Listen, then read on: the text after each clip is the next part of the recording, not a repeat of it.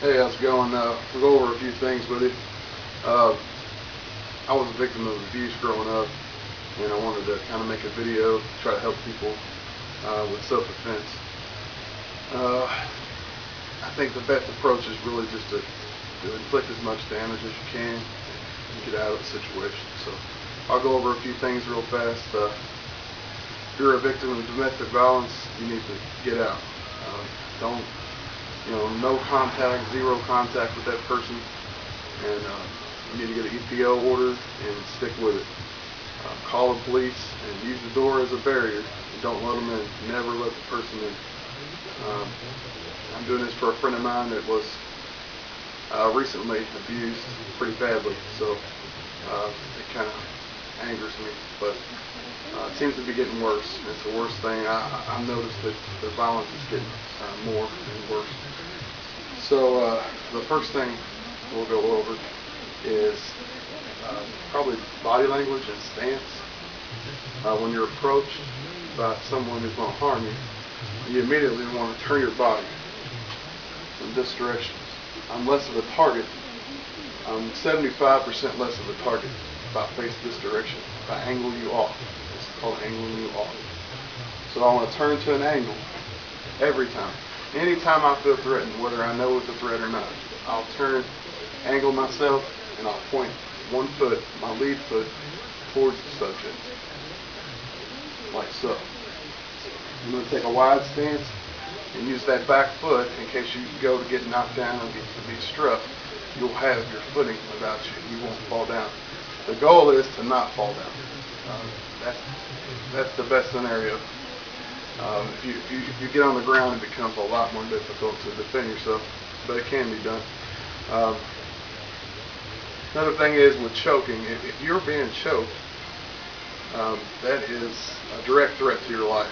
You are within the law to use deadly force to defend yourself if necessary. So I'm not going to get into the whole bone crushing things and all that. I'm just going to show you how to inflict some damage and get away from the person.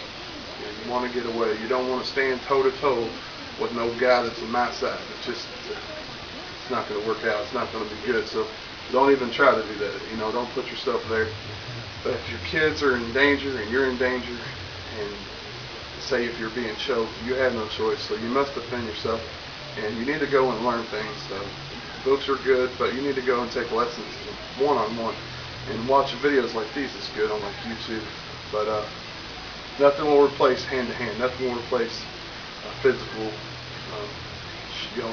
lessons. So again, you want to get your stance. Your left foot will be straight out, and you'll point your lead foot forward and be at a 45 angle. So immediately when you sense danger, my friend taught me just to put your hands up. You don't necessarily have to be, ready to punch, but just get your hands up like this. You want to put your hands up to your chest, and you want to make noise. You want to say, "Hey, no, I don't know what you're about to do, but you need to leave." You want to yell, scream as loud as you can. Maybe holler for a family member that's there, that's maybe not there, but they may not know that. They say that family member's name. Bob, call the police, call the cops. Things like that. You want to make as much noise as you can, because typically abusers are cowards and they really don't want too much of a challenge. They just want to, abuse you and go on. Really, unfortunately, it's kind of cowardly, and it's sad that men or women would be that way. So I've been kind of on both sides of this. So you get your stance, and immediately, like I said, second nature. I don't care if you're in a mall, if it is the person that's going to harm you and you know for sure or not. It's just a defensive stance. Anytime you feel nervous or worried, get in this stance. It doesn't look like you're going to harm anybody. You're just relaxed. So at a 45, and then if you feel any kind of threat, even feel it, not even know for sure, get your hands up. Just put your hands up. Otherwise, you're a punching bag. So put your hands up and tell, scream, yell for help.